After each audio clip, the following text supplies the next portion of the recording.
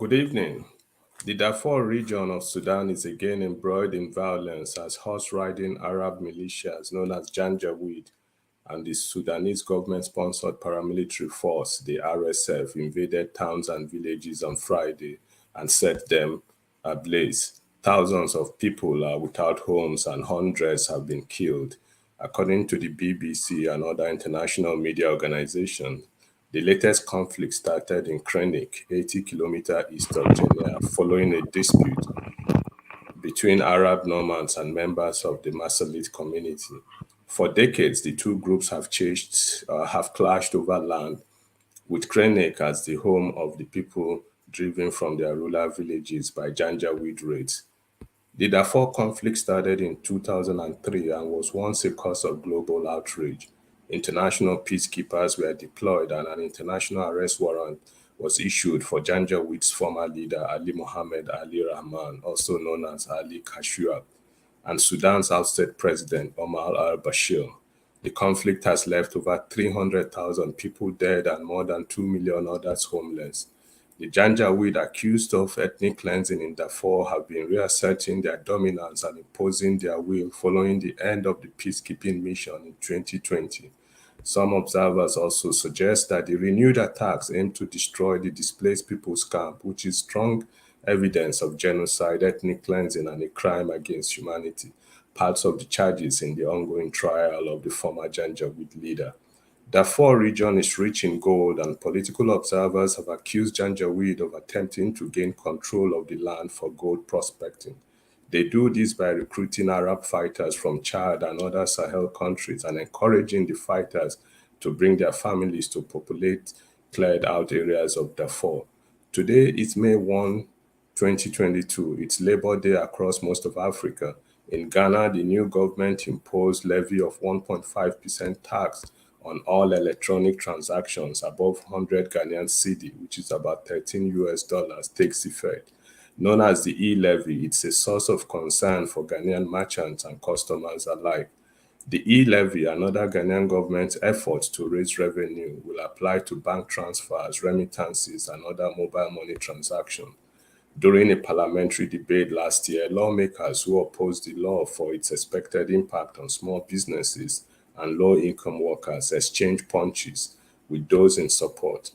In anticipation of the new law coming into effect, Ghanaian banking regulators have noticed a reduction in the use of mobile banking in the West African countries, as Ghanaians who can't pay the levy gradually return to the use of cash in their business transaction. I am Chido Onuma. It's 8:30 a.m. in Vancouver, British Columbia, Canada. I am Rudolph Okonkwo. It is 11:30 a.m. in New York City. It is 4:30 p.m. in Nigeria. It is 5:30 p.m. in Sudan. Wherever in the world you are joining us, welcome to another edition of 90 Minutes Africa. On our show today, we have three of Nigeria's celebrated journalists. They will examine the role of the media in the 2023 elections and the crisis facing the media in Nigeria. Joining us from Lagos, Nigeria is Kadaria Ahmed, the CEO of Radio Now, 95.3 FM. And from London is Simon Kolawole, the publisher of The Cable. And from Abuja, Nigeria is Ishiekwene, the editor-in-chief of Leadership newspaper. Ladies and gentlemen, welcome to the show. Let's see.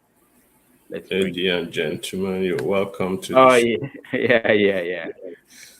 Welcome to the show. Thank you. All right. Let me start with you, ladies first. So, Kadaria, let me come to you first. I know that you have a series that you're running across Nigeria. It's called the Open Square, where you give opportunities for constituencies to meet their lawmakers. And I think it's a very unique thing in Nigerian media. How is it going, and what have you learned in that experience in terms of the encounter between the lawmakers and the people who they represent?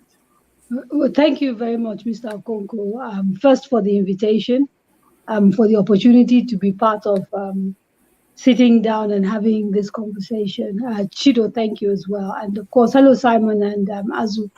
The series have been really well received by constituents. The turnout when we sort of we're doing them regionally, so we're doing 6 so far. We've done 4. We started out in the southwest. We did one in Ibadan. We did another one in the southeast in Enugu. We did one in the northeast in Gombe, and for the north central that took place just this past Saturday in Abuja. And the turnout in terms of just the constituencies, people are very eager for those kind of platforms. They want an opportunity to engage with the people who are supposed to be at the center representing them. What we hear again and again is that we see these people only during election circles. After elections, they disappear. And even the numbers they give us, some of them don't work. So we're not able to reach them. But we also found out, and I think we kind of knew this was the case, which is why we sort of decided to create this series and put it out there, especially in the run up to elections, that there's a big misunderstanding among constituents about the role that the National Assembly is supposed to be playing in our democracy.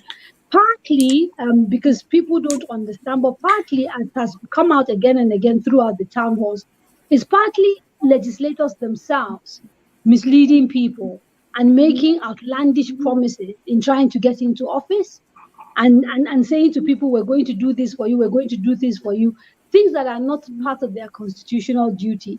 And then after elections, people have these expectations, oh, you're supposed to be bringing roads to us, you're supposed to be bringing hospitals.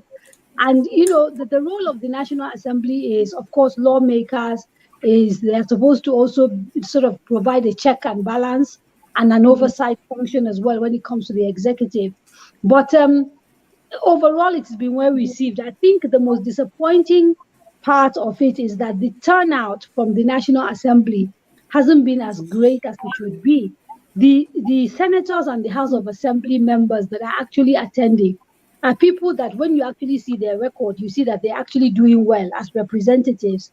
But those that are doing badly, who ironically I suspect many constituencies were hoping they would see and confront and hold accountable, are the ones that are also not accepting the invitation to actually take part in this conversation. But we think it's a good start. And all the feedback we've received from people who've attended, people who've watched us, because we're doing this in partnership with channels. So it's going out both on YouTube, our radio station, but also Channels TV. The feedback has been very positive, and people have said, can we do this more often? Very good, very good. Thank you so much for that. You can go next. Yeah, okay. So taking up from where you stopped, and I would like Simon and Azu to respond to this, but before we come back to you, Kadaria, the media is an enabler of democracy, which essentially is what you're doing with your current program. How, when you have a largely illiterate population, how do you make meaning of the role, of this specific role of the media? Is there a big gap in terms of an understanding of what the media is doing and how citizens can take it and run with it, for want of a better word? Let's start with Azu, then Simon, and then Kadaria. All right. So thank you very much once again for having me on this 90 Minutes Africa. It's a great pleasure. Rudolph, Chido, and my colleagues, Kadaria and Simon. So the comment that you made, Chido, about the people being largely illiterate, I'm sure that I don't know how many people out there have shared with us the adventurous experience she's having on her platform, getting politicians to come and share a space and be accountable and be held accountable by people that elected them. Now, when they are seeking for political offices, I'm sure that they do not think that these people are illiterate and no good. But when it comes to time for them to account, then we begin to ask ourselves whether these people are literate or illiterate. So I do not think that speaks to the point. I think essentially that people who offer themselves for service do have a responsibility, in my view, to be accountable to the people that have appointed them or elected them into office. And in terms of what the media can do in facilitating this sort of role, I think that Kadaria has done well in doing that.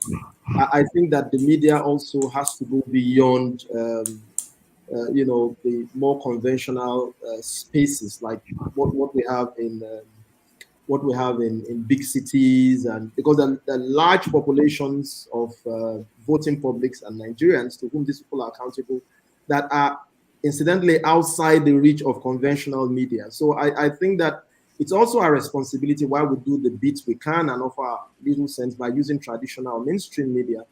I think we also have to go beyond that to see how we can invite people in the more remote areas to be part of this conversation. Thank you. Simon, your take. Yeah, thank you very much for having me on your program. I must say that this is a wonderful thing you are doing. I've been following it, and please keep it going, keep it up. Thank you. I feel very encouraged about the conversations. Thank you again for having me on the program, and due regards to my colleagues, my senior colleagues here. In addition to what Mr. Ishiekwene has said, I think in a way the people who are uneducated, quote unquote, are also being reached through other means. We have vernacular programs on radio. People have access on TV, even in rural areas. And also increasingly, you'll be surprised at how internet is penetrating even remote places. I went for my grandmother's burial and I was surprised that people were using the social media, even in my village. So these are the platforms and channels by which the media should continue to hold these people accountable. And also we send reporters to these villages, to remote areas, and they tell us what they are experiencing, their challenges, water, healthcare, and all that. And we put them on what we call the mainstream media. So I think we are making progress in that aspect, and we can do more in terms of creating that connect in information management. Yeah, so before you answer, Kadaria, specifically based on your own experience, and I know before now you've done tremendous work relating whether it's the town hall meetings you had many years ago and some other programs. Do you feel there is a sense in which your audience, the public, are in tune with the media language, what the media is doing, that they understand and appreciate the work of the media? So, let me speak specifically to this town hall and how we tried to make sure that it was inclusive, and then sort of take the wider question of whether the general media is understood clearly. So with these town halls, for example, we took the trouble to ensure as much as we could to take the conversations outside what you might call the usual suspect cities that these conversations take place. So traditionally, conversations would have taken place in a place like Lagos. We took the trouble and took the conversation instead to Ibadan because we wanted people from Ekiti, from Oshun to come. And what we did is that we made sure that we also found enough resources to be able to actually pay transportation for people who were traveling out of state. In some cases, even provide accommodation for those who couldn't go back home, and a lot of feeding. We also ensured that our moderators spoke whatever the dominant language of that region was. And that proved very useful because the town hall we had in Ibadan, for example, you had constituents who were more comfortable asking questions in Yoruba as opposed to asking questions in English. And because the person who was moderating that conversation was Yoruba, what she did was that she would listen to the question, then translate it into English, and then have the senators in this case, because some of these questions were directed to specific senators, respond. And we were able to get them a response both in English and also in Yoruba. It did, there were concerns regarding time because, when you do televised shows, you're very limited in terms of time. But what we found is that if we were really to have the sort of impact that we wanted to have, it was important that you allowed people to articulate what they were trying to discuss in languages that are sort of specific to them and are comfortable with them. And I think this is perhaps part of the reason why radio in many parts of Nigeria continues to be relevant. Certainly in the north, it continues to be a medium that is used very, very effectively, even by politicians, especially during campaign season. So there's a lot of radio stations broadcasting in local languages. In terms of whether we are in touch, I think, excuse me, there's a lot of distrust of traditional media in Nigeria. A lot of people you talk to will tell you they believe that we are somewhat in collusion with people in positions of authority. Sometimes they find it very difficult to differentiate between us and the people we're supposed to be holding accountable. And if we're being honest, partly it's our fault. We've lost the trust of the media. And so a lot of them now rely on sort of social media, and you know how problematic that is in terms of just the authenticity of that information. And so the responsibility and the onus really is on us to regain trust and to also begin to find the right kind of language to be able to speak to the rank and file of regular Nigerians who do not have access to power and who may not necessarily have the affluence of data and all of that. Although, like Simon pointed out, is getting cheaper and cheaper. And there are initiatives that are taking place that both, Azu and Simon have been part of, and we've made a bit of progress. And I'm sure before the end of this conversation, one of us will have an opportunity to perhaps discuss what we're trying to do to regain public interest, public trust in terms of the traditional media and the work that we are doing. But I honestly believe journalism in particular, and I think sometimes we use that word interchangeably, and there's actually a difference, because within media you have, all sorts of media.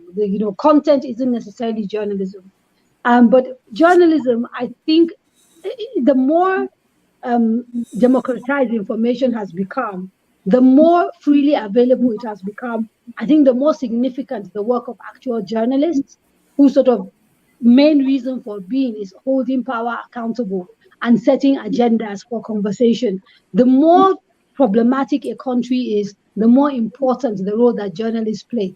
And that's why I think we've all sort of taken the challenge seriously of trying to sort of regain trust and ensure that we're able to carry out this constitutionally protected role. And we'll talk a little bit, I'm sure, a little bit later about what exactly it is that we are doing as a sector, because we have made some progress. All right. Thank you very much. Talking about constitutionally protected role, we are in an election year.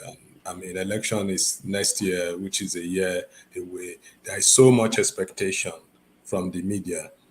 The media is a provider of information, which is necessary to sustain any democracy. Let's start with Simon. You are a journalist. You've been one for almost 3 decades, but also you are a media manager. What, in your estimation, how prepared do you think the media is? And when I talk of media, I'm generalizing, whether print, electronic, social media. How prepared are we for the task ahead vis-a-vis 2023? Yeah, thank you for that. It was very difficult to speak for the entire media on how prepared they are. But I know of specific media organizations that are getting ready and are already doing something ahead of the elections.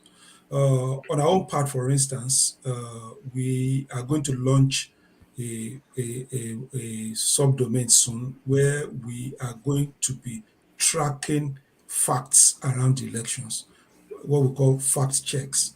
Now, because what we have seen from the election of 2015 and that of 2019 is that fake news is going to continue to multiply. And this is going to cause a lot of problems that we may not be able to handle.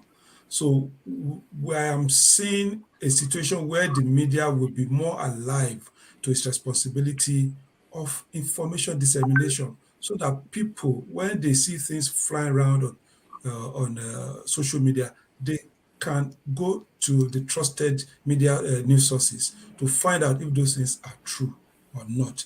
Now, so I see the media increasingly, because if you look around, a lot are developing tools and devoting spaces to fact-checking claims that are coming out around this election. And fake news, especially, I saw one recently where Obasanjo was quoted as saying it was Atiku that told him to cede Bakassi to Cameroon. He didn't know Atiku was trying to protect his fatherland. Now, a lot of this will happen on the hourly basis. So the media, I'm seeing even what we call the traditional newspapers, they are also devoting more time to cross-checking these things. So that is, for me, part of preparation for the election. Two, setting agenda.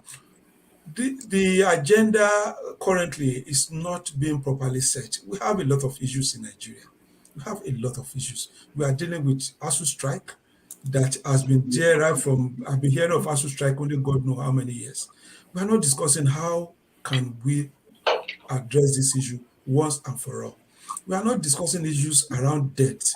We are heavily indebted. We are spending almost the entire revenue we are getting on servicing debt. We are not discussing issues around this. So for me, these are part of the expectations for the media ahead of the elections. Let's discuss issues. Yes, there are issues about rotation and ethnicity.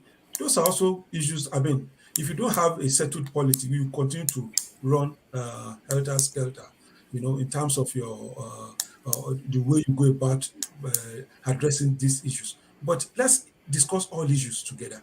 Don't let us just focus on rotation, this person, or not that person, and the issues that affect the Well, ordinary Nigerian. We are not not. to We are cut not. not to cut you before Azu comes in, Simon. You say let's not. How do we do this? You are in control. Who Yes. determines how we go about this conversation? Very important question. When we talk of independence of the media, we assume that if a media organization is not owned by the government, then it is independent. It's not true. The ownership structure of the media too is an issue. So if you look at the history of Nigerian media generally, it was the nationalists and the politicians that set up all the newspapers. And it seemed to have followed that pattern. So a lot of newspapers have loyalties to politicians if they are not even owned by the politicians. So the kind of agenda they are going to set in their own setup is going to be different from the one that is completely detached from any political affiliation or any ethnic loyalty. So that's why I say I cannot speak for the entire media, but I know some media organizations that are determined to push these issues forward. And as we are getting closer and closer to the you can see the pattern of stories, the pattern of questions, the pattern of issues they are raising as we get closer to the elections. Okay, Can, Azu. can I just say something quickly before Yeah. we leave this matter? I know you want to speak to Azu.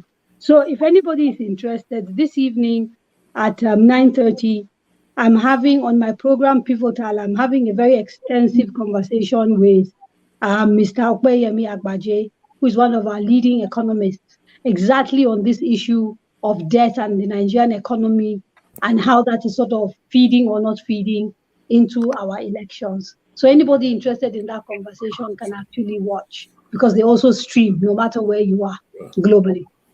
All right. Thank you. Thank you. So we'll get Azu's perspective.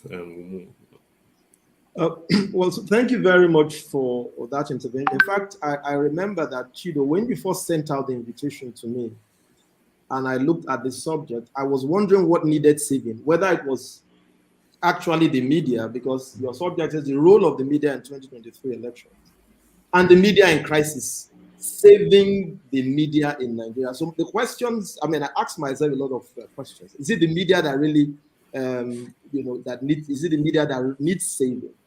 Is it the election that needs saving? Like, what exactly, what exactly do we, what exactly are we dealing with here?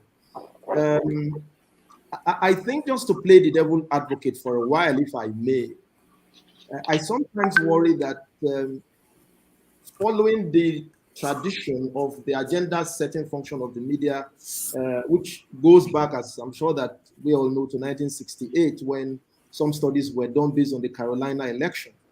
There is the general conception that is still up for debate about just how far the salience of issues reflected in the media affect voter choices.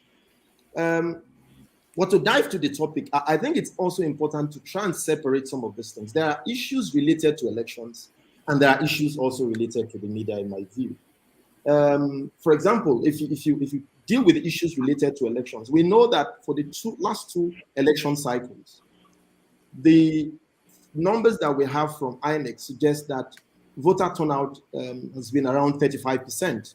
And that is for elections that are in season. The off-cycle election, the voter turnout is even far less than that. So that is not a media-related issue, but it's an issue related to the election and to the political cycle, if I may. Then, of course, there is also, we have talked about the issue related to fake news, and my colleagues have spoken about that. Then, of course, there's the issue of violence. These are not media-related issues as such.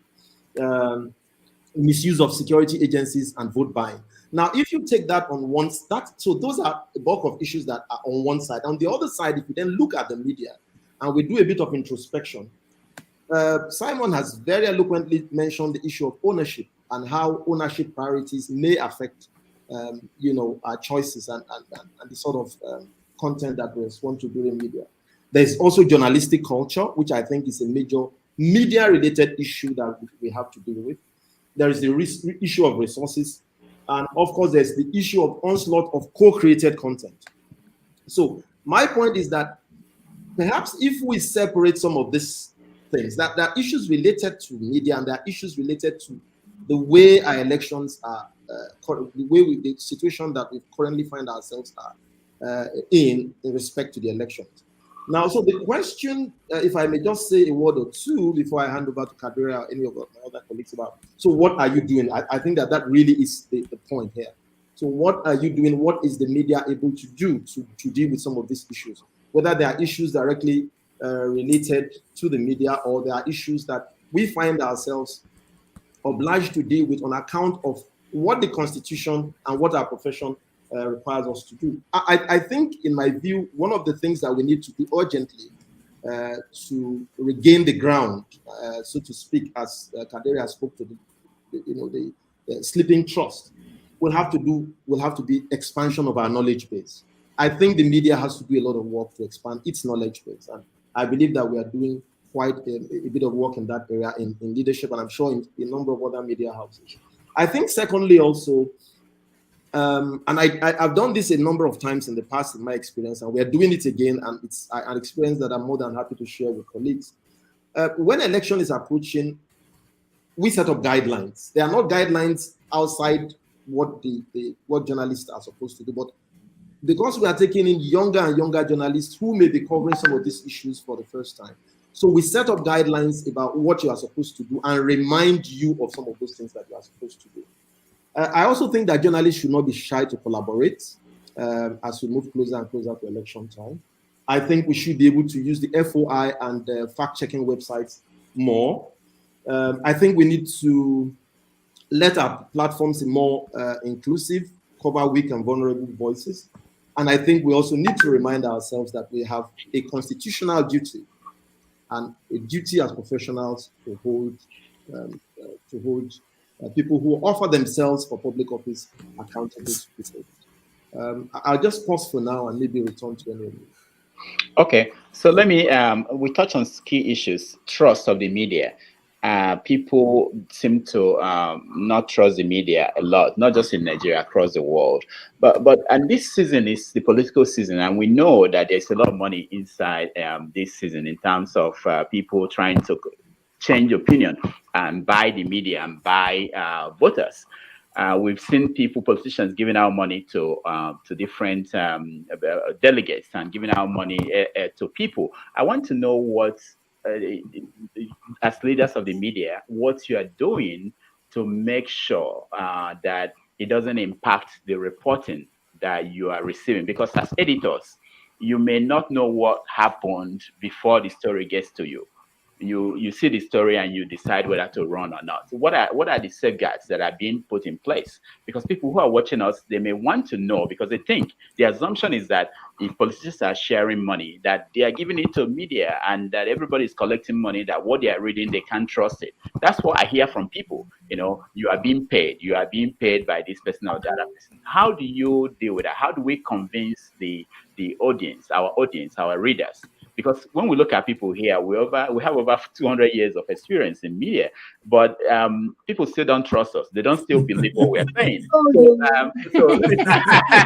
I know we don't like to talk about age, but I know that if I add it up, it's over 200 years of experience. Let me start with you. Not quite. But, not quite. Not quite. Okay. So not quite, but it's definitely over a century. Yes. Definitely over a century. We're sure. Yes. So let's start with you, Kadaria. Tell us what you're doing in the organization. You know, the people your staff. How do you try to prepare them and make sure that if they are being induced, because you may not know. Yeah. So I mean, to be honest with you, these are not just issues that come up during elections. In 2019, I sort of led a training program funded by the MacArthur Foundation that put together editors actually from across media newsrooms, where we worked together with them, and they actually came up with something called the Election Charter for Nigerian Journalists. These were sort of editors of political desks of sort of various media houses, both broadcast and media. That charter is something that they developed for themselves, and it's sitting on our website for those who are interested, and they can sort of look at it. And it was a very practical way for us to sort of engage with the sort of, if you like, gatekeepers, because these are sort of line editors that then sort of are the first check for when reporters come back from the field with reports. And we sort of worked with them to try and understand how to ensure biases are detected and how they can be weeded out. But I think you'll find that generally process is really the way in which you deal with these things.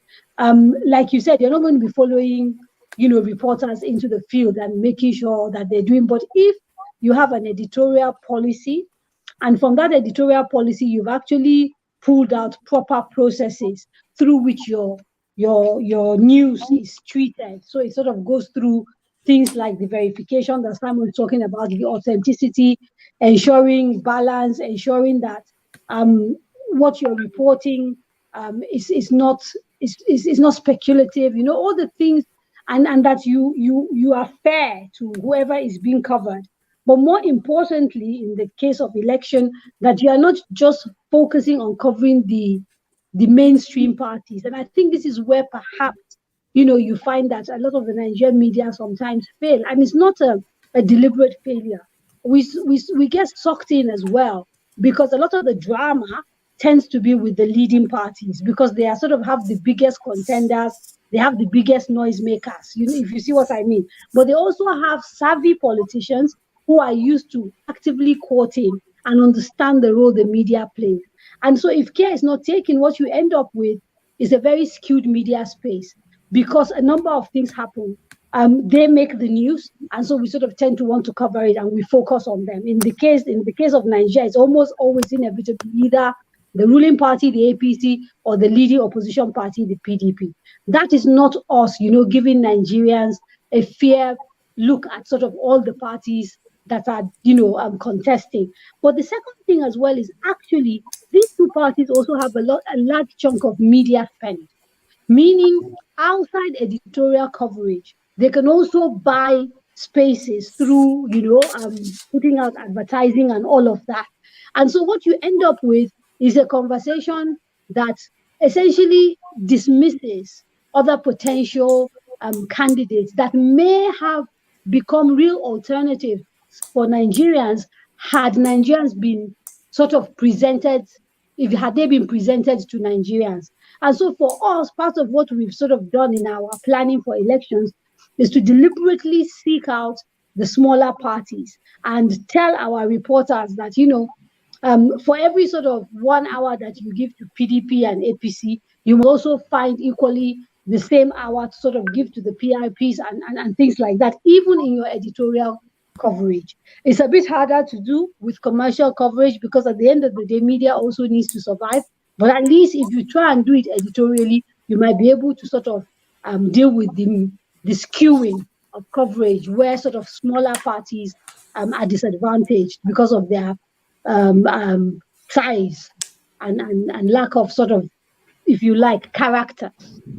on their platforms. Okay. Yeah.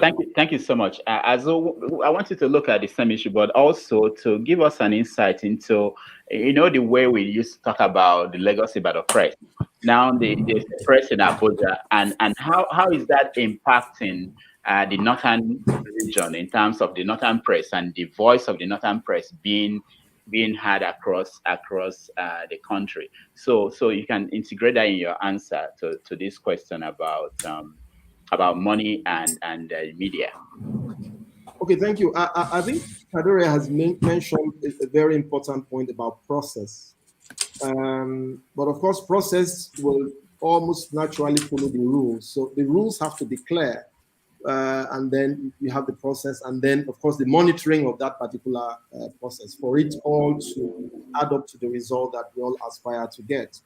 So, so while we have rules in place and the need to update those rules and all of those things, there's also we have it's the question is a bit more difficult to deal with in the context of what is emerging called promotionals or co-created content, and by which I mean a situation where, and it doesn't have to be only at election time, but anybody who has content that they want to share with the media sort of agrees with media managers to say, okay, look, instead of labeling this advertising outright or calling this promotional to put consumers on that, we want you to pass this off as news.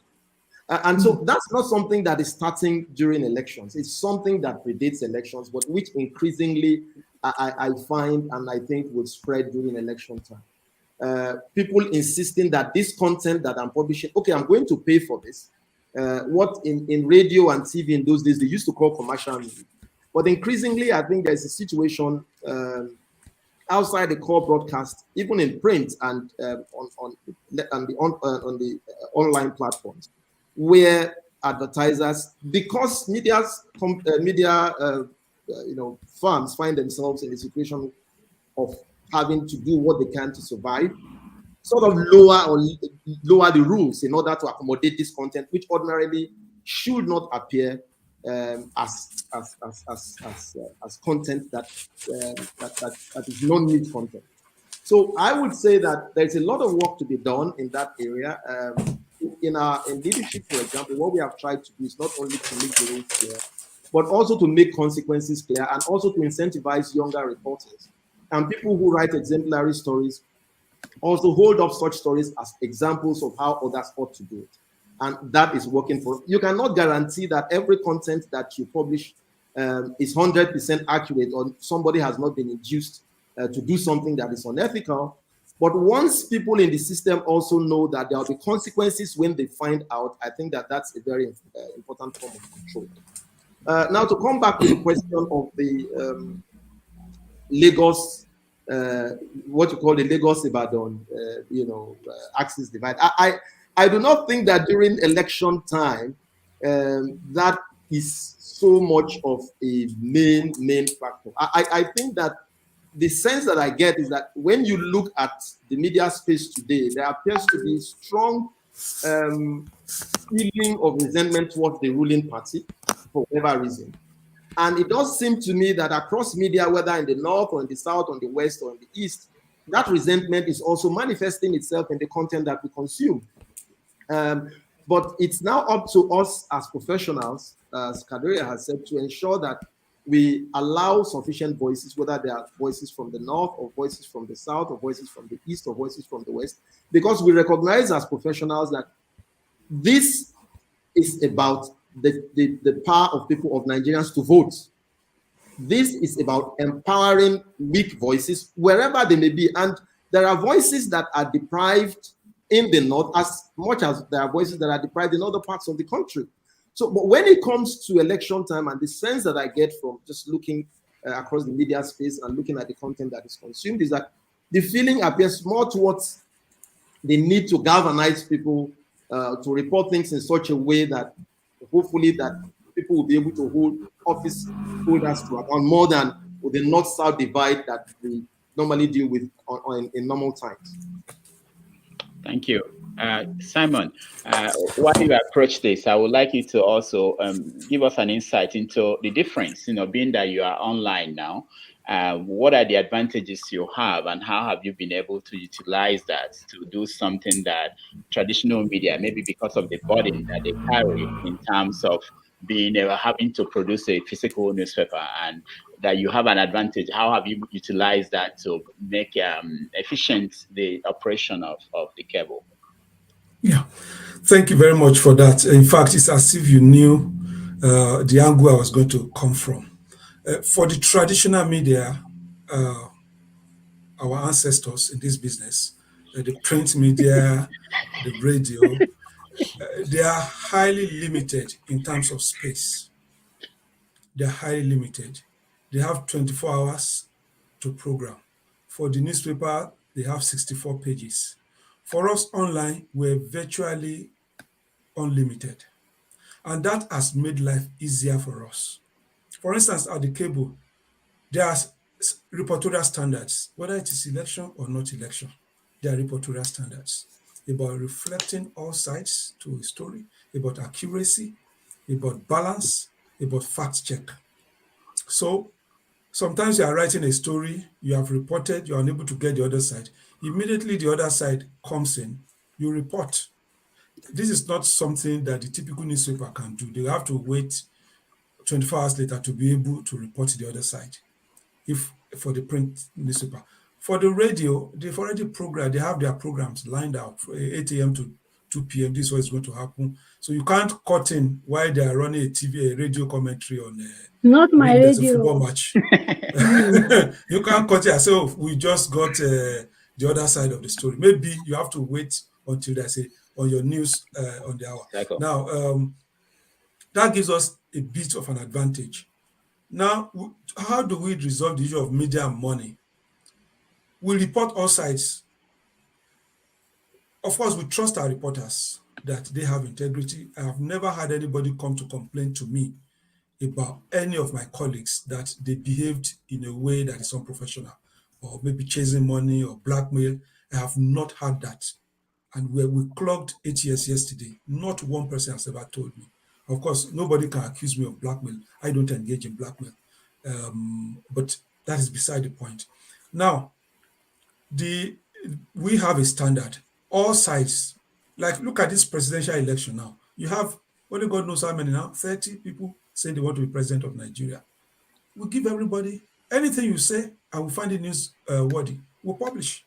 Whether you are in a party that can win, a party that can't win. Waziri Adio wrote an article today where he classified them into pretenders, contenders, and spoilers. We don't care whether you're a spoiler, you say this, we will report. You're a contender, we'll report. So that takes care of any issue of bias because we have the space. If you pick a typical newspaper, the front page, how many stories can go there? How many people, they don't go beyond the front page? But for us, you can have 1,000 stories on the homepage. You just be scrolling and see. So that has also helped us, naturally helped us to be able to go the extra mile in terms of reflecting in what all the contenders and pretenders and spoilers are saying, and also being fair to all. Because it shouldn't be the battle of the fittest, that it is only the billionaires who have the power that should be reported. Even the one that doesn't have a campaign office, we are going to report such a one thing that he or she says can be very important in the process. And also the issue of promoted content. We are very clear. If it is promoted content, if it is something you are paying for, we have to label it promoted content. We don't want to confuse our readers. We have to label it promoted content. But Mr. Ishiekwene has spoken about co-created content. It's a problem. It's really, really a problem because the reader should know that this thing we are reading is not purely from the cable. There's also somebody paying the piper and calling the tune. So it's a bit of a problem for the newspapers. But at the cable, we label them promoted content. Thank you, Simon. Mr. Konko, could I add a little bit to what Simon said? I mean, I agree with everything he said, but I just thought it was important to clarify a few little things. So obviously, he sort of reinforced this issue of inclusion that I talked about, and the fact that we have to make an effort to sort of offer a platform to even the smaller parties. But I get very concerned when people start talking about journalism and hearing all sides, because there are times where our job is not to hear all sides. Our job is actually to find out what is going on and report it. So if one side says it's raining outside and another one says actually the sun is shining, there are instances where you do a disservice to your listeners if you report that one side says it's raining, the other side says it's sunny. It is your job in those instances to actually step outside and check and see whether it's raining or it's sunny. And I just thought it was important, to talk about that, because part of, I think, the confusion that happens, particularly where money politics is a big thing, is you can actually get people helping without even us being aware, helping to set our agenda for us. And we've all agreed that agenda setting is a very critical part of the job that we do. So I just wanted to sort of emphasize that. But we also have a blind spot when it comes to covering elections. And that blind spot has to do with internal party democracy and primaries in the run-up to the elections. Part of the biggest tragedies in Nigeria is that elections are actually the tail end of what is a democratic process. And often, at least in the last 2-3 election circles, part of the tragedy of Nigeria is that Nigerians, by the time we get to the ballot paper, are often faced with choices that are not particularly palatable. So they're being forced to choose between the devil and the deep blue sea. And I have been very frustrated at the fact that the media, some are doing it. I'm not saying everybody, because obviously, like Simon said, you can't talk about, like the media in general. And so there are always exceptions. But, we haven't sort of seen a concerted effort of Nigerian media to sort of actively take part in setting the agenda so that Nigerians begin to sort of force conversations that try and see if they can influence political parties, so that at the very least you have a base quality of candidate. And that way, if you end up with the ballot paper where A or B, it becomes even less important which party wins power, because you kind of, as citizens, are assured that no matter who wins, there's a base quality for that candidate. But like Simon said, we are now, when we talk about party primaries and this run up to these party primaries that will determine the party flag bearers and the names on the ticket, we are now stuck on a conversation around zoning. We're stuck on a conversation about religion, ethnicity, whose turn it is, almost as if you can't do that. And I understand why it is significant in a place like Nigeria, but there's nothing that says that quality should outweigh inclusion. You know what I mean? You should be able to have a degree of zoning that allows you to make everybody that is Nigerian feel that they are part of Nigeria, while still insisting whatever zone it is produces quality as well. And so I would like to see a little bit more engagement from Nigerian media on the process that sort of throws up our candidates, because often by the time you get to the elections, it's too late. All right, yeah. We are going to take a break, 1 minute break. But when we come back, we talk about experiences of all of you, especially people who have interviewed presidential candidates, and how that is playing out. But we're going to play a video. This is not paid for, so we can make sure that people understand. This video is actually helping young journalists. I think it's an opportunity for them to maybe get more knowledge. So we play that, and then we come back. The media is a fourth estate, courageous members of the society. This all-important profession must always be upheld to the highest standards. Our opinions, perspectives, reports, and comments hold the potential to shape public perception about any person, occurrence, or issue. It is not a responsibility for the faint-hearted or the unprofessional, and often it is a thankless job. MTN, Nigeria's biggest technology company, has chosen to support the ideals of media practice and strengthen the ranks in the rapidly changing media landscape.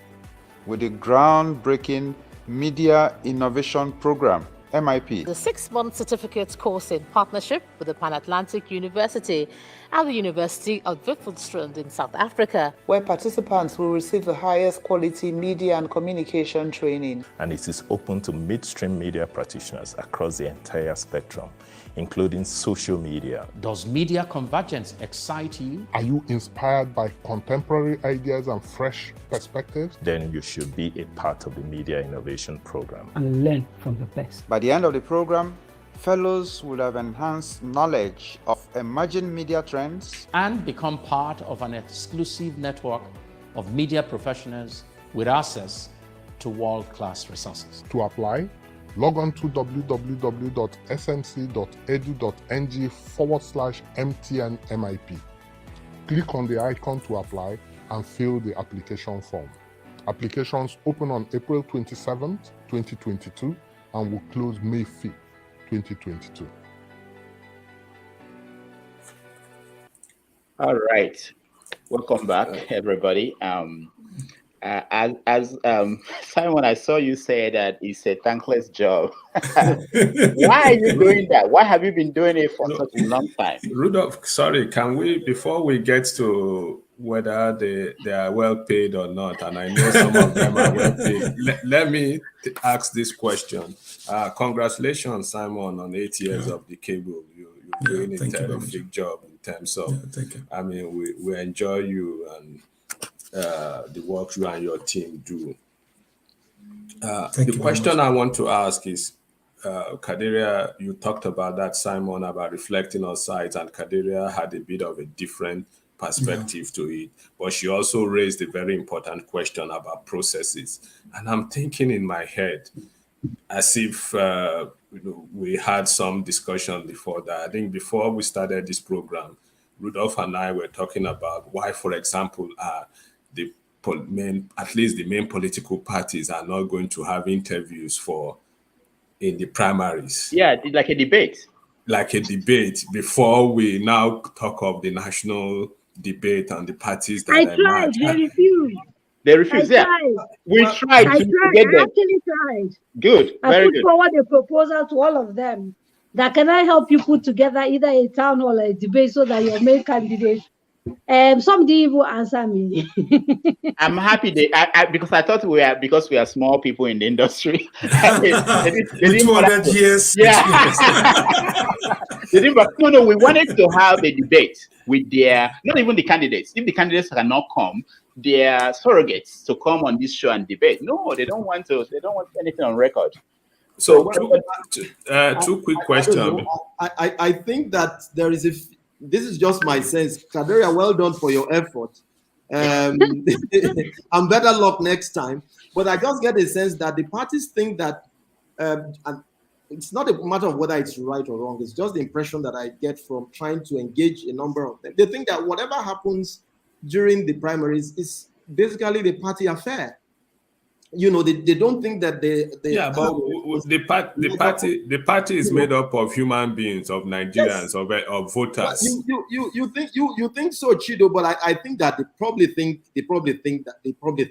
They think that whatever happens in the party is basically party affair. But I think a fundamental point that has to be made in dealing with that kind of perception is that we have also seen time and time again that when there are failures in the recruitment process, it ultimately affects the wider public because it also affects whether people are going to come out to vote, whether they have confidence in the system, whether they believe the system has been fair or not. When you are presented with two incompetents, what do you do? So we're faced with a situation where as things stand now, they do not seem to see a connection between what happens during the party primaries and the eventual outcome during elections. But we have said that if you look at the turnout, although you may also say that it's a worldwide thing, but if you look at the election turnout over the years, the figures are steadily declining, and it was for off-cycle elections. So it's something that needs to be dealt with. Okay, quickly, two questions before Rudolph takes on his personal money question. I want to find out, looking at the media landscape in Nigeria and talking about media in general, do we think that the media is representative enough of Nigerians, that the media captures the views and voices or lack of it of Nigerians, because there are people who are commenting on these comment sections here. Some of comments are quite like harsh, so we may not pull them up, but people are wondering why certain things are not being reported and so on. And I'm sure we understand the point I'm trying to make. That's on one hand. On the other hand, there is, beyond politics, there is the existential crisis that our nation faces. And the media has been called out on it. And Kadaria was front and center on this sometime last year, and she received a lot of flack. Can we, ladies and gentlemen, speak to these two issues? Well, if I may go first, yes, please. Very quickly. I think that those concerns, which go back fundamentally to the point about trust, which Kadaria raised at the beginning. It's really a matter of trust. But I do think quite seriously that pluralism, you are talking about inclusiveness, whether we think that there's enough inclusiveness in the media space to warrant the kind of confidence. But I think that pluralism is one great check on what we're doing. Which means to say, unlike what used to be in the past where we were restricted, consumers of media content were essentially restricted to just a number of traditional media houses. Today, for example, a combination of 3 influencers have far more followers than the entire, galaxy of editors put together. If you look at three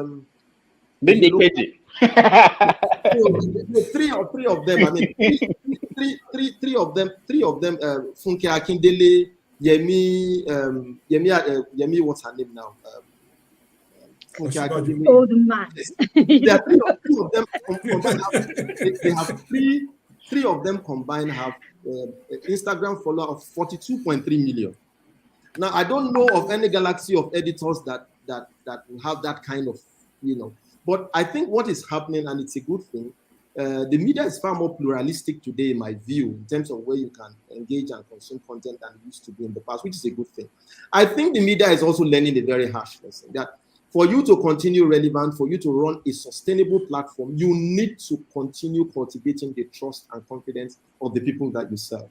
Otherwise, sooner than later, you'll be out of business. So if a particular news platform is not sufficiently reflecting the kind of content that you want to consume, there are multiple platforms elsewhere that from where you can get those contents. And I think that as long as we remain pluralistic, and that pluralism is not hindered by any means, I think that the future is bright. But of course, I admit that there's a lot more that we can do to be more inclusive and more responsive to what our consumers. Simon, then Kadaria. Yeah, I just want to quickly address the issue of hearing all sides. I think she misunderstood what I was saying. When I was talking about that, I was saying all the contenders and pretenders and spoilers, anything they say, I'm the best candidate or whatever they say about themselves, of course we have to report. We won't say, this one has no chance of winning, don't let us report. If they collect forms, we report. This guy has gone to collect a form. We report all that. In terms of if people are making claims that have to do with facts and truth, of course, that's why we do fact check. So when you make this claim, this one make this claim, then we do our own research. So we are on the same page as for that. Now, for the media, I think some of these things are exaggerated, to be honest. There was a time in Nigeria we spoke about Lagos Ibadan Press, that kind of an overwhelming market power in the media. But today, there's no part of Nigeria that is not adequately represented in the media.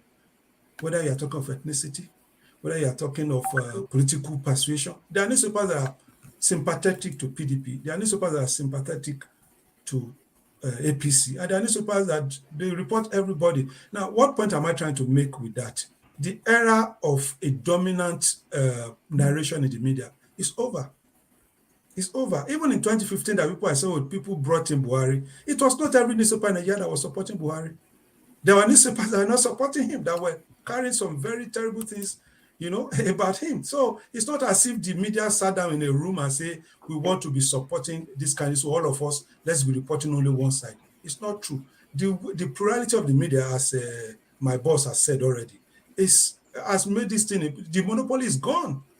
In fact, one of the things Sahara reporters did to journalism in Nigeria is that things that would not be reported in the mainstream media, they started reporting, and this became a challenge because they were now leading to action, to remedial action by government.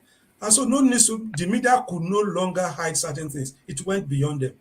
And when we are even talking about social media, there are people on social media. I'm not even talking about influencers and entertainers and all that. No, I'm talking about people who have knowledge, who have information, who are also using the social media to reach out to people. They understand balance, they understand accuracy, and they're also using the social media. So what I'm saying is that there is the current system, nobody can claim monopoly anymore. And that is good for the media. The pluralism is good for the media. Mm. All right.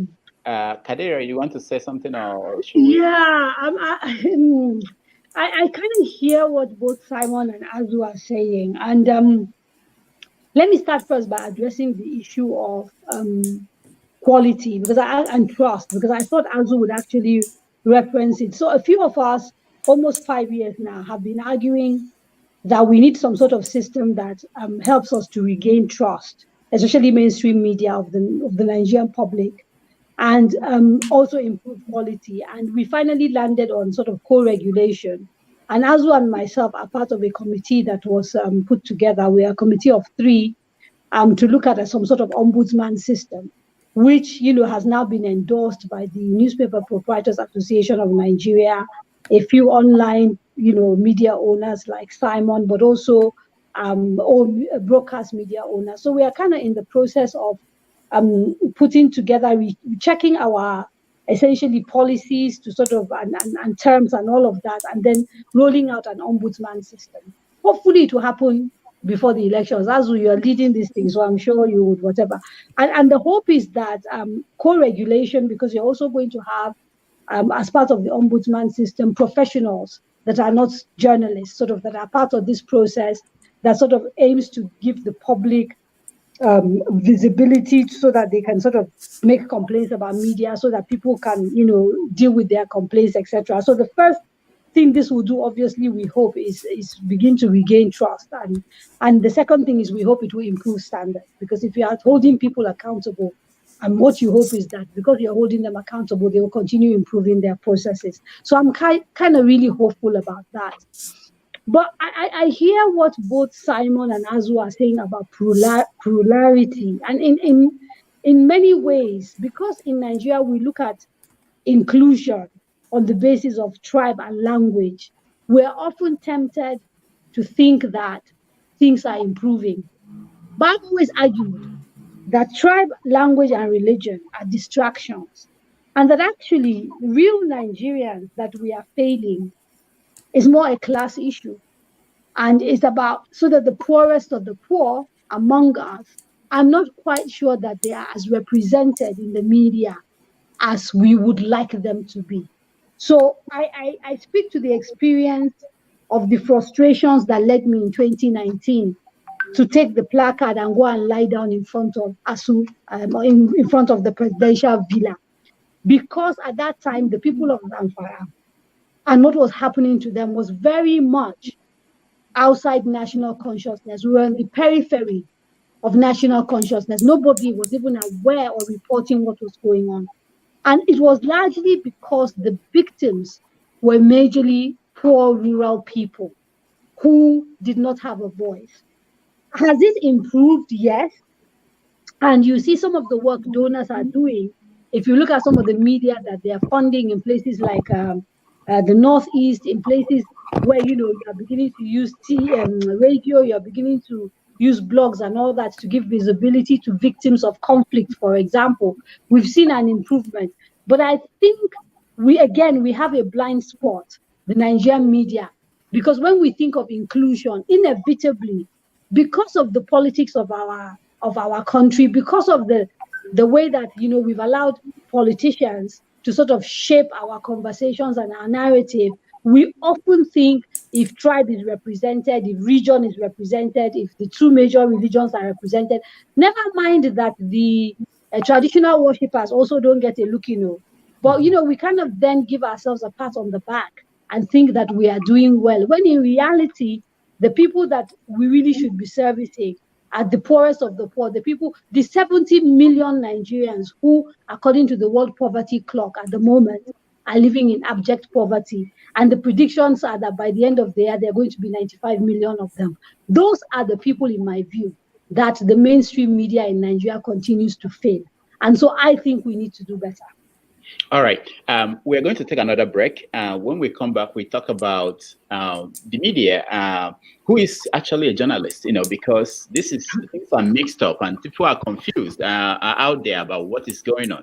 But we want to play a video for our viewers and for our panelists too.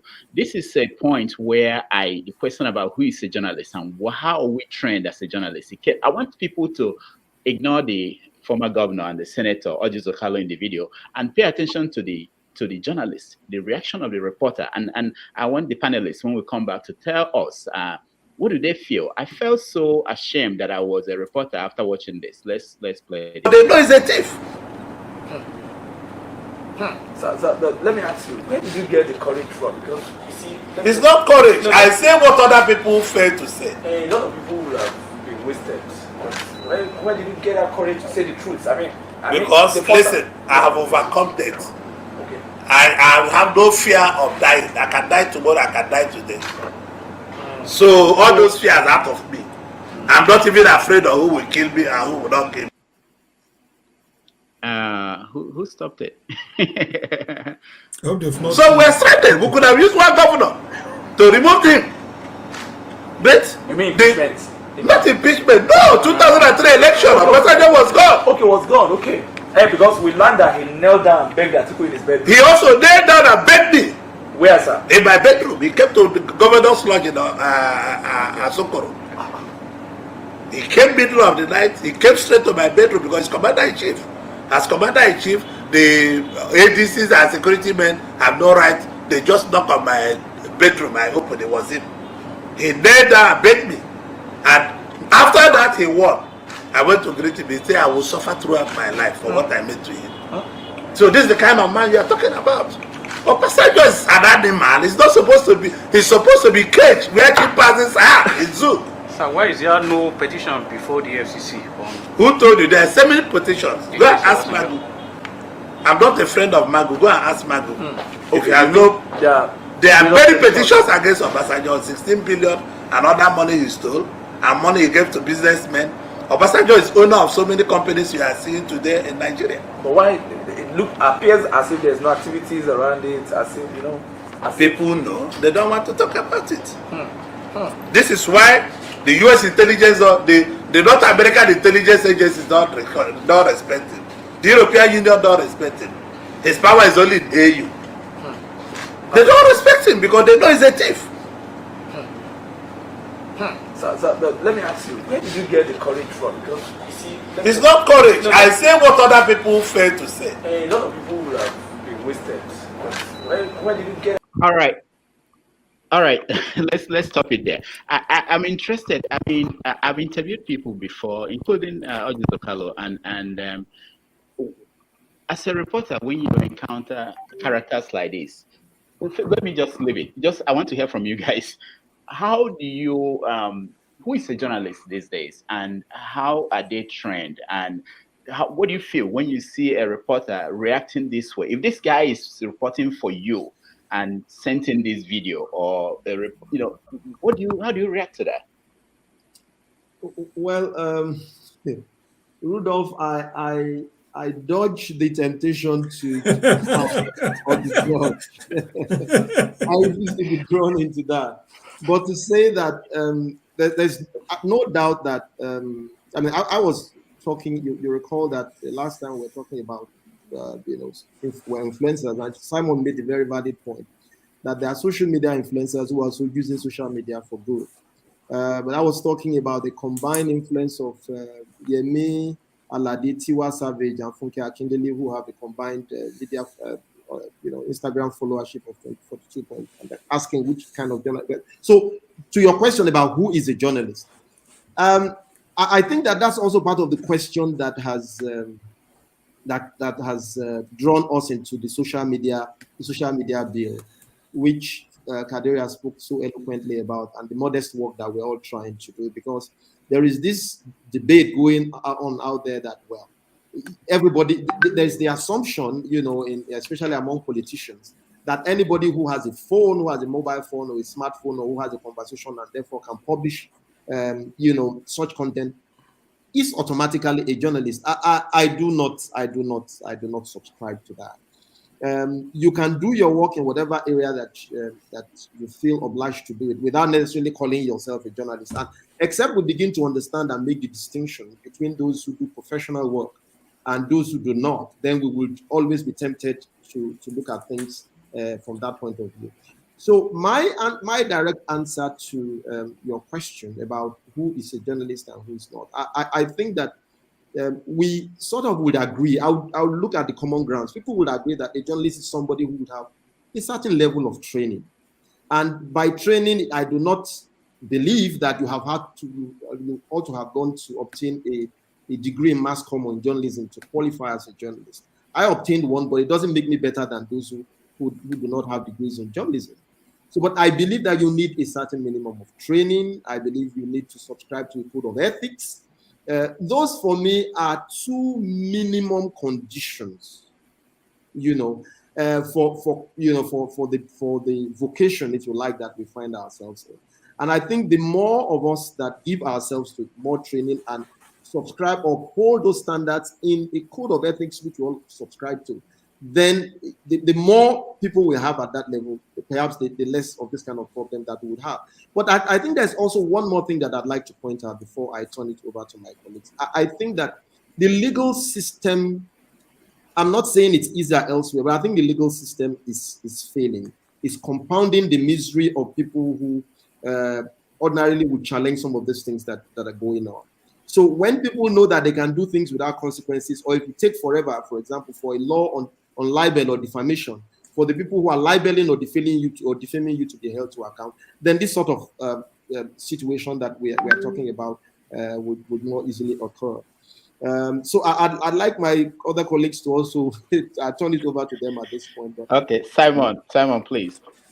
Yeah, he has defined how I would define a journalist. There are two ways of training people, and they are not mutually exclusive. One, you can be trained in the classroom. Two, you can be trained on the job. Some of the finest journalists we have in the world today, not just Nigeria, did not study mass communication, but they underwent a certain level of training. I have a degree in mass communication. I'm very happy with that because I decided from my secondary school day to be a journalist. So when I was filling my JAM form, first choice mass comm, second choice mass comm, third choice mass comm, I was very clear what I wanted to do. So I'm happy for that. So I underwent classroom training. But even with the classroom training, there's a practical experience I needed to gain. But what the classroom training gave me is for me to understand that there's a science behind journalism. It's not that you just have a phone or a pen, you just add a rumor somewhere and you jump to town. No, I did theories of communication. I did magazine editing and production. I did newspaper production. I took electives in psychology. I took electives in economics. I did law and ethics. We read law, media law and ethics, dating back to colonial era, all the laws on sedition and defamation and all that. So I went through an academic process. Fine, then I graduated. I started working, and people who had been in the profession 10 years, 20 years before me were taking me through the rudiments. So the notion, even this idea of citizen journalism is an assault on journalism. That because you were somewhere, you just saw something happen, then you have become a citizen journalist. I believe it's an aberration because you can see something and you will not be able to interpret it. I mean, I've read a lot of things. Recently, somebody put something that the car park at MM2, or that there was a crack on the wall, took the picture and put it on social media and said the place was about to collapse. As a journalist, I would talk to a structural engineer and say, what does this mean? And by the time the structural engineers explained, it was not a crack. It's deliberately created there for whatever reason. I don't understand the science of it. I remember when I was Saturday editor of This Day, there was this rumor that Jim Ishiekwene was dead from somebody that should be a reliable source. You know what I did? I just picked my phone and called him. And he said, when he now picked, and I didn't know what to say. I can't say, are you dead? I couldn't, I'm not. I said, oh, I just said I should greet you, sir. He said, you just said you want to greet me. Simon, Simon, don't worry, I'm still alive. Because apparently it was had a rumor. You spoke to me, clean your reminder. He said, now what am I saying? How many people, you just have a Twitter handle, then you had people discussing somewhere and say, oh, Ojukwu is dead. The next thing, it happens a lot. The next thing, you just jump into it. Oh, people say, Fashola is about to join the presidential race. You can call Fashola. That is the advantage journalism has. Because you have a smartphone and you can just create a website, does not make you a journalist, whether citizen journalist or non-citizen journalist, whatever you call yourself. So I think the training is important, whether it is in the classroom or on the job, and subscribing to a code of ethics, knowing that there are rules that guide the profession. It's not just an all-commerce affair. Even if you're a conductor, there are still rules for the conductors, which is something that doesn't need much training. Even for barbers, they still have rules. There are things they will not do. So it's very important that we understand that whoever wants to call themselves a journalist must undergo some form of training and also subscribe to the code of ethics.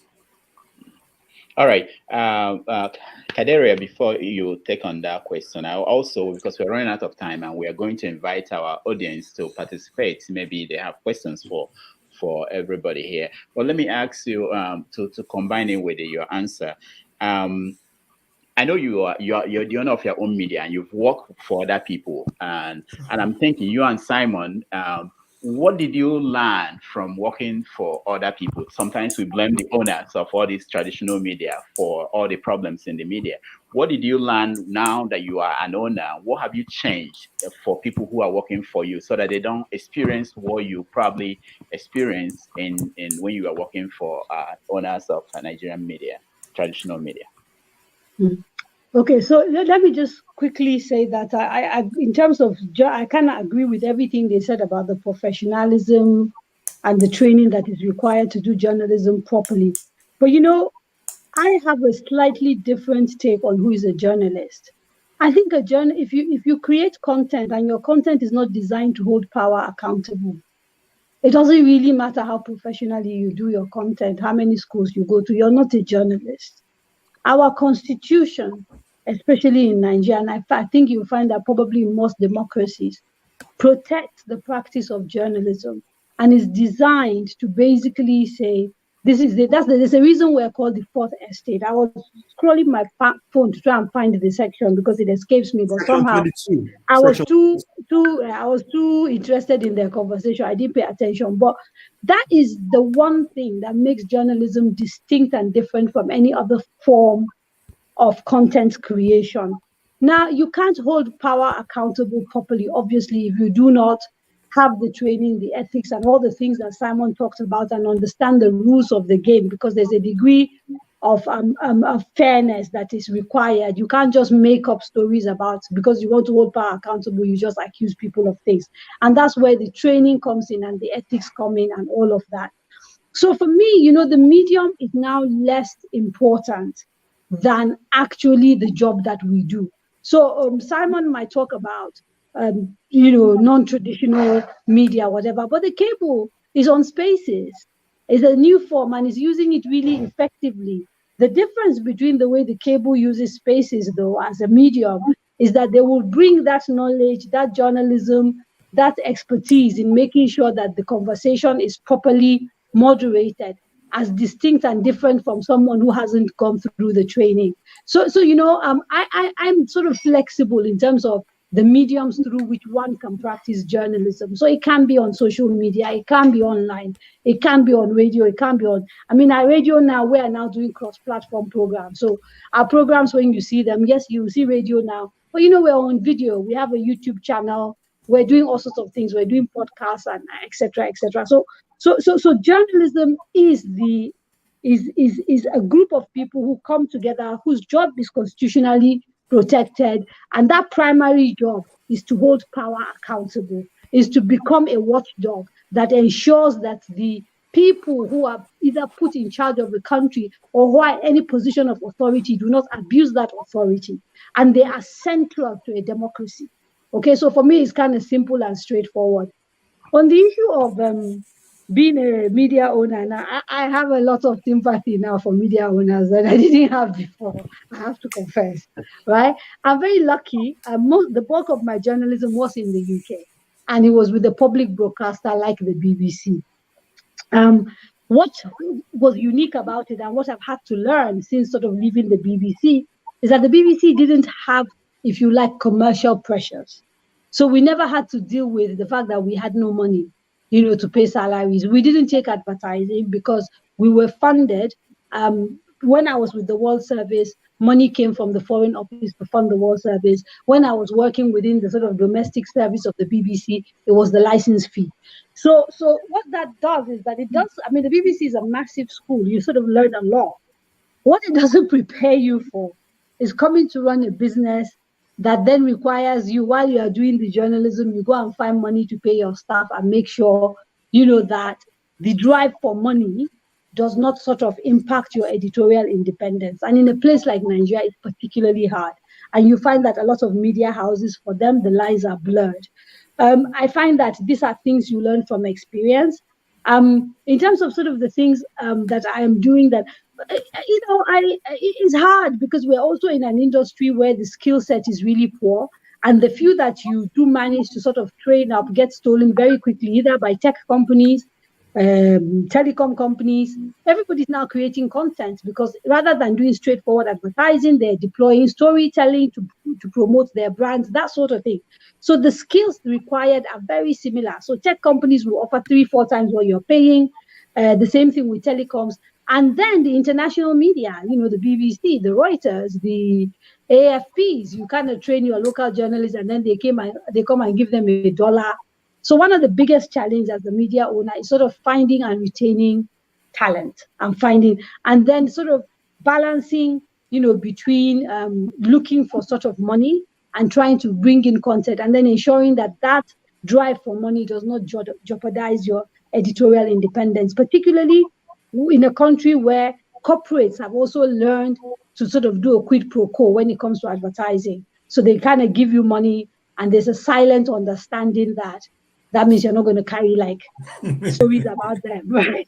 So it's a very, very delicate balancing act that I think people sort of experience that will teach you a little bit of common sense and sort of, again, processes and guidelines that you put in place. In terms of just looking after staff, I've just kept it really basic. I feed my people because, food is even becoming an issue in Nigeria. I make sure that at least if you come to work, I make sure that at least you have one solid meal a day, and we pay for it.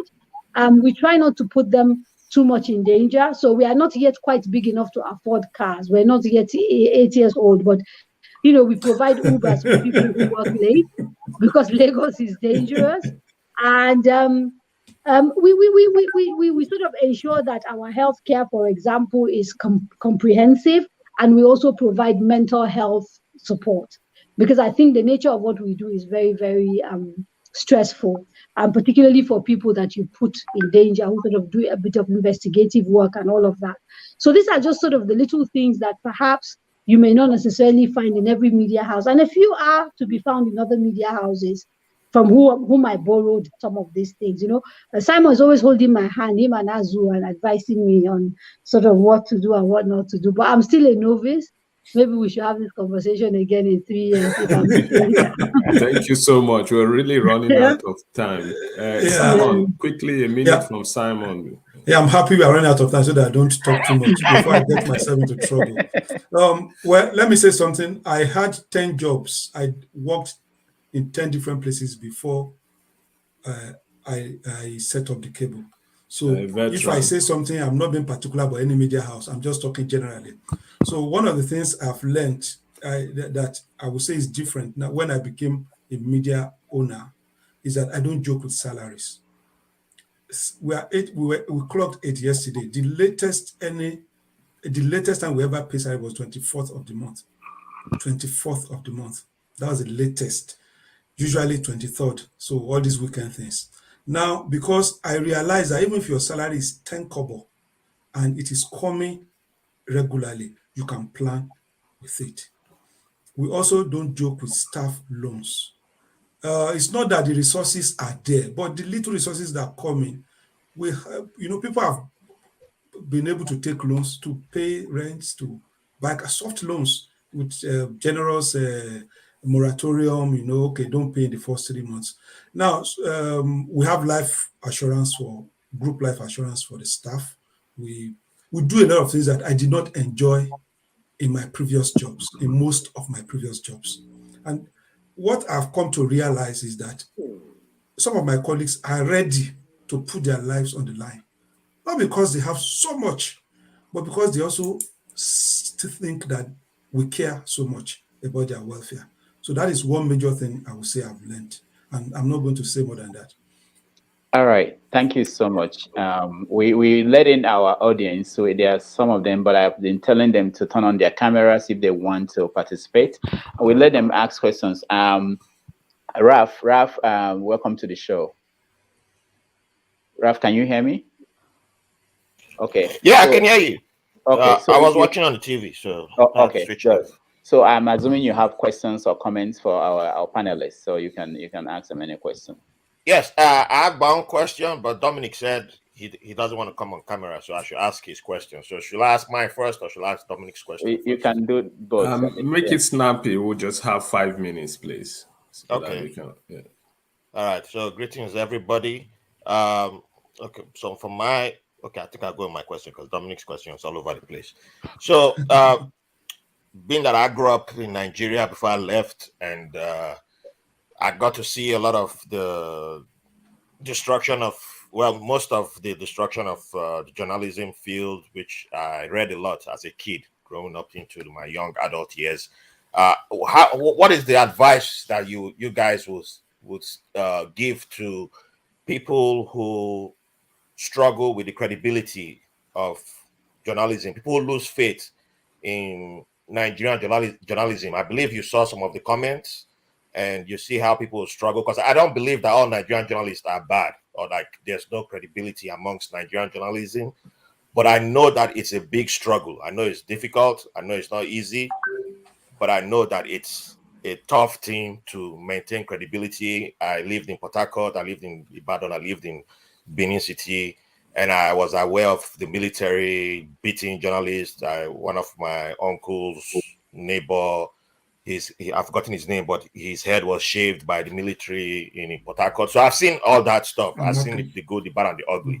So what advice, or what, in your own words, what will you say to people who just have lost faith in Nigerian journalism?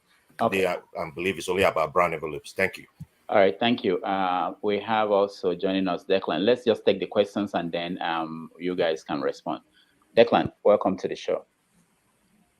Declan, you have to turn on your audio. Yeah, I think you're muted. Sorry, I pushed the wrong button. Okay. So my question is, I'd like a little bit of response, I guess, to Kadaria's response around what constitutes a journalist, especially in this kind of day and age when it seems like there's a lot of bloggers or really interesting folks who are using Twitter as a social medium to kind of report on facts. Do they qualify as a journalist, and then what's the line between that and citizen reporters? All right. So just before anybody responds to Declan, some people may not know he was a former editor at Sahara Reporters. So he's now in Nairobi, Kenya. So all right. So anybody can take on this question. Sorry, before we do, and this will be rounding off, so if you can give us your sound bites, in addition to responding to this question, starting from Azu, as part of the topic for today, we mentioned saving the media. Looking at the onslaught of social media and the question of citizen journalism or citizen journalist, who is a journalist, how do we save the media in Nigeria, if you believe the media is worth saving in terms of regulation and other the economic constraints and so on. You can add that quickly, 1 minute each, please. Well, thank you very much for that, and also with thanks to all those who have intervened. We hope we can continue this conversation after. But I'd just like to read something very quickly from a book by a guy called David Rondo, in a book called The Universal Journalist. He says, and I quote, "Even bad newspapers do more good than harm. Something you cannot say for bad governments." But to come quickly to your point about what we can do, I do think that we have the opportunity as journalists. We have the opportunity once again, and Kadaria was referring to Section 22 of the Constitution, I believe, to hold government accountable to the people. And it is not our job is not defined by platforms, which is a response to the question that Declan made. It's not a matter of which platform you are on, whether you are using a social media handle, whether you're working for a newspaper or a broadcast. It's actually it is what we provide, the service that we provide, that I think is essentially important, and what we must do our best to keep improving on as we go towards the elections. And I think that as for the matter of hope and what we can do to regain trust, Kadaria spoke to it earlier. We hope before the elections to announce the co-regulated, to announce a system which we hope will inspire trust, to get people to be able to complain about content in the media that they have issues with. And we're starting we're not waiting for that to happen. We're starting even on a regional or zonal basis. So we have a situation where hopefully those in different parts of the country can align and work with the ombudsmen in the existing institutions before the industry-wide effort is formally announced. Thank you. Yeah, on my own part, two things. If you want to be a journalist, please don't be discouraged. Tell yourself you want to come and make a difference. These guys are not doing the right thing. I want to come and be different and do things the right way. It is very, very important. How do we put the media in check? How do we watch them? I mean, we are the watchdog. How can we watch the watchdog so that it can do better? The people should never give up. I'm not very active on social media, but every comment on social media, our team does not joke with it.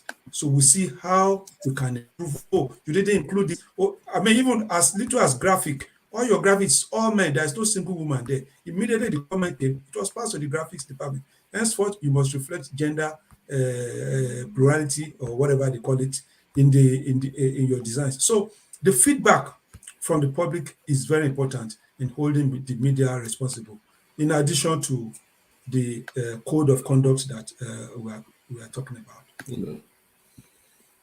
All right, thank you very much, gentlemen. Kadaria, maybe she said